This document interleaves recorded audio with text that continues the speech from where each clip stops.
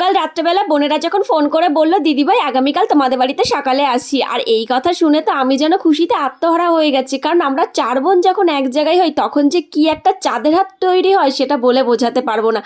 আনন্দ, নাচ গান, খুশি, ইয়ার্কি, আড্ডা, মারামারি, খুনসুটি, মানে সেটা বলে বোঝাতেই পারবো না, ভাষা নেই আমাদের। এইরকম একটা পরিবেশ তৈরি হয়।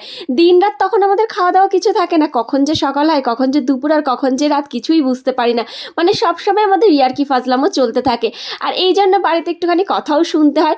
আর পাশের বাড়ির লোকজন তো বলে তোমাদের বাড়িতে কি এমন হয়েছে যে তোমরা এত আনন্দ করছো। মানে আমরা যখন 4 বোন এক জায়গায় থাকি না, এত খুশিতে থাকি। ছোটোবেলায় যখন আমরা সবাই এক জায়গায় থাকতাম তখন যে কি আনন্দ করতাম, কিন্তু বড় হওয়ার সাথে সাথে সময় পাল্টে গেছে, দিন পাল্টে গেছে, স্কুল কলেজ শুরু হয়ে গেছে, তো সেইভাবে আর আড্ডা মারা হয় না। কিন্তু এখনও যখন আমরা 4 বোন এক জায়গায় হই না, ঠিক আগের মতোই আড্ডা মারি।